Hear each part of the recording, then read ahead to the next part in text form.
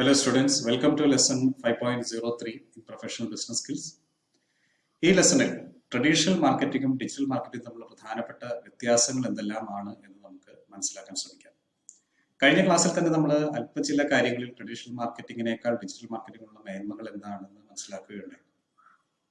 കുറെ കൂടി ആഴത്തിൽ, കുറെ കൂടി പ്രിസൈസ് ആയിട്ട് എന്തൊക്കെയാണ് ട്രഡീഷണൽ മാർക്കറ്റിംഗും ഡിജിറ്റൽ മാർക്കറ്റിംഗും തമ്മിലുള്ള വ്യത്യാസങ്ങൾ എന്ന് നമുക്ക് ഇവിടെ പരിശോധിക്കാം. ആദ്യത്തേത് ഇന്ററാക്ടിവിറ്റി എന്ന് പറഞ്ഞാൽ പരസ്പരം ഇടപഴകുക എന്നുള്ളതാണ്. ട്രഡീഷണൽ മാർക്കറ്റിങ്ങിനേക്കാൾ വളരെയധികം ഡിജിറ്റൽ മാർക്കറ്റിങ്ങിന് കസ്റ്റമറായിട്ട് ഇടപഴകാൻ സാധിക്കുന്നുണ്ട്.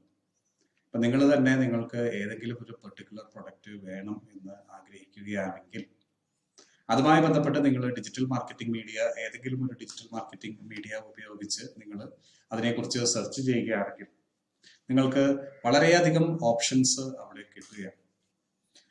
അതിൽ നിങ്ങൾ ഏതെങ്കിലും ഓപ്ഷൻസ് നിങ്ങൾക്ക് തൃപ്തിപ്പെടുകയാണോ, അല്ലെങ്കിൽ നിങ്ങൾക്ക് അതിനെക്കുറിച്ച് കൂടുതൽ അറിയണമെന്നുണ്ടെങ്കിൽ നിങ്ങൾ എൻക്വയറി ചെയ്യുകയാണെങ്കിൽ തുടർന്നും നിങ്ങൾക്ക് അതിനുള്ള മറുപടി ലഭിക്കുന്നു.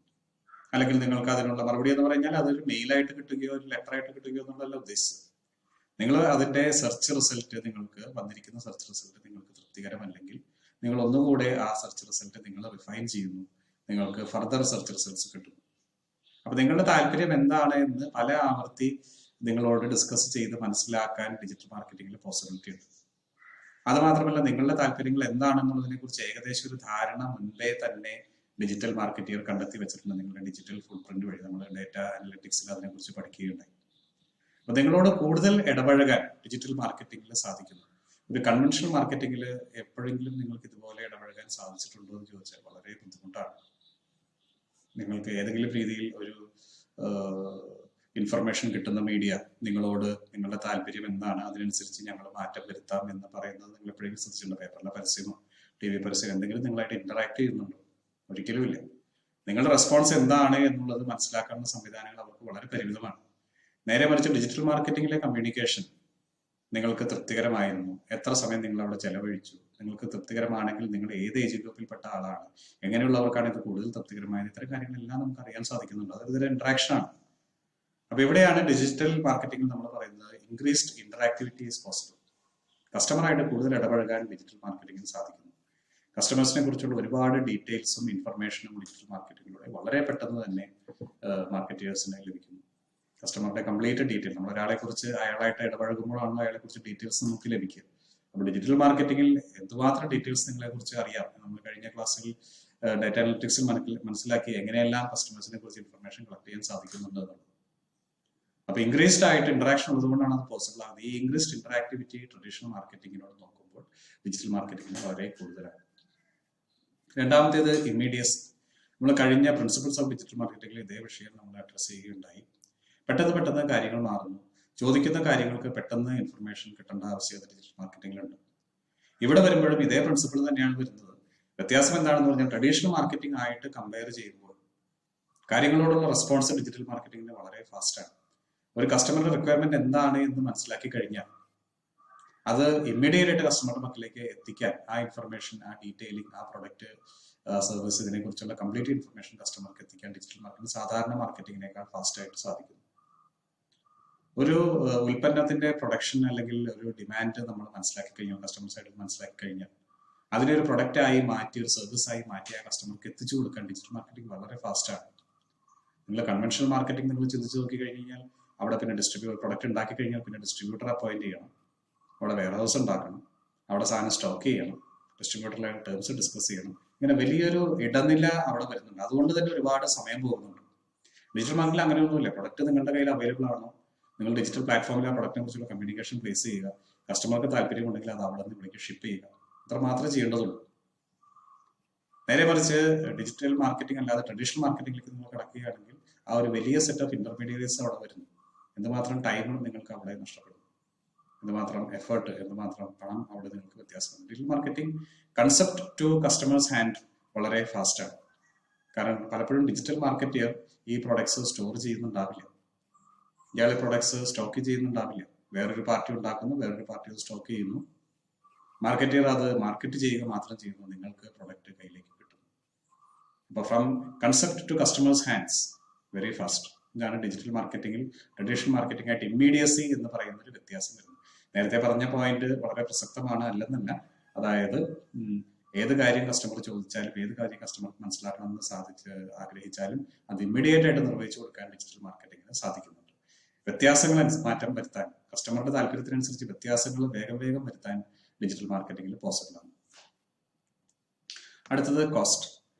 കൺവെൻഷണൽ മാർക്കറ്റിംഗിനേക്കാൾ എന്തുകൊണ്ടും ഡിജിറ്റൽ മാർക്കറ്റിംഗ് കോസ്റ്റ് എഫക്റ്റീവ് ആണ്. അതുകൊണ്ടാണല്ലോ ഡിജിറ്റൽ മാർക്കറ്റേഴ്സിന് പ്രൊഡക്ട്സ് നിങ്ങൾക്ക് കോസ്റ്റ് കുറച്ച്, ഓഫ്ലൈൻ മാർക്കറ്റേഴ്സിനേക്കാൾ നിങ്ങൾക്ക് പ്രൊഡക്ട്സ് വില കുറച്ച് ഡിജിറ്റൽ മീഡിയയിലൂടെ നിങ്ങൾക്ക് ഇ കൊമേഴ്സ് സൈറ്റുകളിലൂടെ കിട്ടുന്നതിന്റെ ഒരു റീസൺ അതാണ്. ഒരു സെറ്റ് ഓഫ് ഇന്റർമീഡിയറ്റ്സ് ഇടനിലക്കാർ അങ്ങനെ തന്നെ പോകുന്നു. മറ്റൊന്ന്, അഡ്വർടൈസിങ്ങിന് വേണ്ടി വരുന്ന കോസ്റ്റുകൾ ഇല്ലാതാകും. കൺവെൻഷണൽ മീഡിയ ആയ അഡ്വർടൈസിങ്, പ്രിന്റ്, ടെലിവിഷൻ വളരെ കോസ്റ്റ്ലിയാണ്. അതിനോടൊക്കെ കമ്പയർ ചെയ്യുമ്പോൾ ഡിജിറ്റൽ മാർക്കറ്റിംഗിന്റെ കോസ്റ്റ് വളരെ തുച്ഛമാണ്. പലപ്പോഴും ഡിജിറ്റൽ മാർക്കറ്റിംഗ് ഫ്രീ ആയിട്ടാണ് നമുക്ക് അഡ്വർടൈസ്മെന്റ്സ് ചെയ്യാൻ സാധിക്കുന്നത്. സോഷ്യൽ മീഡിയയിലൊക്കെ നമുക്ക് ഒരു പർട്ടിക്കുലർ പോയിന്റ് വരേക്കും നമുക്ക് കാര്യങ്ങളെല്ലാം ഫ്രീ ആണ്. അതുപോലെ ഡിസ്ട്രിബ്യൂഷനുമേൽ, ട്രാൻസ്പോർട്ടേഷനുമേലുള്ള കോസ്റ്റ്, ഡിസ്ട്രിബ്യൂട്ടർ പോയിന്റിലേക്ക് സാധനങ്ങൾ എത്തിക്കുന്ന കോസ്റ്റ്, ഇതൊന്നും കസ്റ്റമറുടെ പക്കലേക്ക് എത്തുന്നില്ല.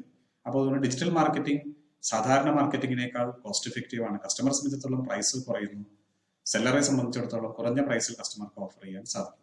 ഇതാണ് ഡിജിറ്റൽ മാർക്കറ്റും ട്രഡീഷണൽ മാർക്കറ്റും തമ്മിൽ കോസ്റ്റ് കാര്യത്തിൽ വരുന്ന ഒരു വ്യത്യാസമായിട്ട് നമ്മൾ മനസ്സിലാക്കുന്നത്. അടുത്തത് coverage. Digital marketing conventional marketing media ആയി നോക്കിക്കഴിഞ്ഞാൽ ഒരു മീഡിയയുമായി ബന്ധപ്പെട്ടുള്ള ഒരു വ്യത്യാസമാണ് ഇവിടെ കാണുന്നത്. സാധാരണഗതിയിൽ ട്രഡീഷണൽ മാർക്കറ്റിംഗ് മീഡിയയ്ക്ക് ഉള്ള ലൈഫ് വളരെ പരിമിതമാണ്. ന്യൂസ് പേപ്പർ ആണെങ്കിൽ ഒരു ദിവസം, ഒരു ടി വി ആഡ് ആണെങ്കിൽ, റേഡിയോ ആഡൊക്കെ ആണെങ്കിൽ കുറച്ച് സെക്കൻഡ്സ്. നേരെ മറിച്ച് ഡിജിറ്റൽ മാർക്കറ്റിംഗിൽ നിങ്ങൾ ഫേസ്ബുക്കിലോ നിങ്ങൾ ഇൻസ്റ്റാഗ്രാമിലോ ഒരു ആഡ് പ്ലേസ് ചെയ്ത് കഴിഞ്ഞാൽ എത്രയോ സമയം ആ ആഡ് അവിടെ കിടക്കും. അത് മാത്രമല്ല, നിങ്ങൾക്ക് എപ്പോൾ വേണമെങ്കിലും ചുരുങ്ങിയ ചെലവിൽ മാറ്റങ്ങൾ വരുത്താൻ സാധിക്കും. ഇനി ആളുകൾക്ക് അത് പിന്നീട് കാണണമെന്നുണ്ടെങ്കിൽ അവിടെ വന്ന ഉദ്ദേശം ആ സൈറ്റിൽ, ഫേസ്ബുക്കിലാകട്ടെ ഇൻസ്റ്റാഗ്രാമിലാകട്ടെ, വന്ന ഉദ്ദേശം കഴിഞ്ഞിട്ട് വീണ്ടും വന്ന് കാണണമെങ്കിൽ അതും പോസിബിൾ ആണ്. ഈ പറയുന്ന കവറേജിലെ ഫ്ലെക്സിബിലിറ്റിയും കവറേജിലെ ലൈഫും ട്രഡീഷണൽ മാർക്കറ്റിംഗിൽ പോസിബിൾ അല്ല. അടുത്തതാണ് ഓഡിയൻസ്. സാധാരണഗതിയിൽ കൺവെൻഷണൽ മാർക്കറ്റിംഗിലെ ഓഡിയൻസ് എന്ന് പറയുന്നത് സാധാരണ അല്പം കൂടെ സീനിയർ ആയിട്ടുള്ള ആളുകൾ, നമ്മൾ ട്രഡീഷണലി യങ്സ്റ്റേഴ്സ് അല്ലാത്ത ഒരു സെറ്റാണ് ട്രഡീഷണൽ മാർക്കറ്റിംഗിലേക്ക് കൂടുതലും വരുന്നത്. കാരണം ഡിജിറ്റൽ എക്യുപ്മെന്റ് ആയിട്ടുള്ള അവരുടെ ഒരു പരിചയക്കുറവ് അല്ലെങ്കിൽ ഒരു ലാക്ക് ഓഫ് ഫെമിലിയാരിറ്റി കൊണ്ടാണ് സീനിയർ ആയിട്ടുള്ള ആളുകൾ പലപ്പോഴും കൺവെൻഷണൽ മീഡിയ പ്രിഫർ ചെയ്യുന്നത്. അതുപോലെ തന്നെ ഡിജിറ്റൽ മാർക്കറ്റിംഗിലേക്ക് ഒരുപക്ഷെ സമൂഹത്തിലെ സാമ്പത്തിക ശേഷി കുറഞ്ഞവർ അധികം ഇൻവോൾവ് ആയിരുന്നത് നമുക്ക് കാണാൻ സാധിക്കില്ല. കാരണം ഡിജിറ്റൽ മാർക്കറ്റിംഗിന് വേണ്ട ചില കാര്യങ്ങൾ, നെറ്റ്വർക്ക് ആകട്ടെ, ഡിവൈസസ് ആകട്ടെ, പിന്നെ അൺഇൻറ്ററപ്റ്റഡ് പവർ സപ്ലൈ എന്ന് പറയുന്ന കാര്യങ്ങളൊക്കെ ആകട്ടെ, ഇതൊക്കെ നമുക്ക് സമൂഹത്തിലെ എല്ലാവർക്കും ഇന്ത്യ പോലെ രാജ്യത്ത് ഇപ്പോഴും ആക്സസിബിൾ അല്ല. ഒരു പത്രം 4 പേര് വായിക്കുന്നുണ്ടെങ്കിൽ ഒരു മൊബൈൽ ഫോൺ അങ്ങനെ നമുക്ക് ഷെയർ ചെയ്തെടുക്കാൻ നമുക്ക് സാധിക്കുന്നില്ല. ചായക്കടയിൽ പോയിട്ട് ഒരു പത്രത്തിൽ വരുന്ന പരസ്യം 10-20 പേര് കണ്ടെന്നിരിക്കും, പരസ്പരം കൈമാറി. നേരെ മറിച്ച് ഒരു ഡിജിറ്റൽ മാർക്കറ്റിംഗ് മീഡിയ ഫേസ്ബുക്കിൽ ഒരു മൊബൈലിൽ വരുന്ന പരസ്യം ഒരു പക്ഷേ വളരെ താഴ്ന്ന എക്കണോമിക് കാറ്റഗറിയിലുള്ളവർക്ക് അത് ആക്സസ് ഉണ്ടായിക്കൊള്ളണമെന്നില്ല. അതേസമയം ഡിജിറ്റൽ മാർക്കറ്റിംഗിന്റെ മീഡിയ കൂടുതലും ആക്സസ് ചെയ്യുന്ന ചെറുപ്പക്കാരാണ്. പുതിയ മീഡിയ ആയിട്ടുള്ള അവരുടെ പരിചയം കൊണ്ടും കൈകാര്യം ചെയ്യാനുള്ള കഴിവ് കൊണ്ടും അതുപോലെ തന്നെ സർട്ടൺ ലെവൽ ഓഫ് ഇൻകം കൈവശമുള്ളവർക്കുമാണ് ഇത് ചെയ്യാൻ സാധിക്കുന്നത്. ബാൻഡ് വിഡ്ത്ത്, ഇന്റർനെറ്റ് കോസ്റ്റുകൾ, നെറ്റ്വർക്ക് കോസ്റ്റുകൾ, ഡിവൈസ് കയ്യിലുണ്ടായിരിക്കുക, അൺഇൻറ്ററപ്റ്റഡ് പവർ സപ്ലൈ ഉണ്ടായിരിക്കുക, ഇത്തരം കാര്യങ്ങളെല്ലാം ഉള്ള ഒരു സെറ്റ് ഓഫ് ആളുകളാണ്. സമൂഹത്തിൽ അല്പം സാമ്പത്തികമായി മെച്ചപ്പെട്ട നിലയിലുള്ള ആളുകളാണ് കൂടുതലും ഡിജിറ്റൽ മാർക്കറ്റിംഗിന്റെ ഓഡിയൻസ് ആയി വരുന്നത്. അവസാനത്തെ പോയിന്റാണ് ട്രാക്കിംഗ് എന്ന് പറയുന്നത്. ട്രാക്കിംഗ് എന്ന് പറഞ്ഞു കഴിഞ്ഞാൽ നമ്മളൊരു ഡിജിറ്റൽ മാർക്കറ്റിംഗിൽ ഒരു കമ്മ്യൂണിക്കേഷൻ ചെയ്ത് കഴിഞ്ഞാൽ നമ്മൾ ഡിജിറ്റൽ മാർക്കറ്റിംഗിന് എടുക്കുന്ന പരിശ്രമങ്ങൾ എത്രയാണ്, അതെന്ത് ഫലം ചെയ്യുന്നു, എത്ര കണ്ട് നമുക്ക് റിസൾട്ട് തരുന്നു എന്നുള്ള കാര്യങ്ങൾ നമുക്ക് വളരെ ക്ലിയർ ആയിട്ട് നമുക്ക് ഡിജിറ്റൽ മാർക്കറ്റിംഗിലൂടെ മനസ്സിലാക്കാൻ സാധിക്കും.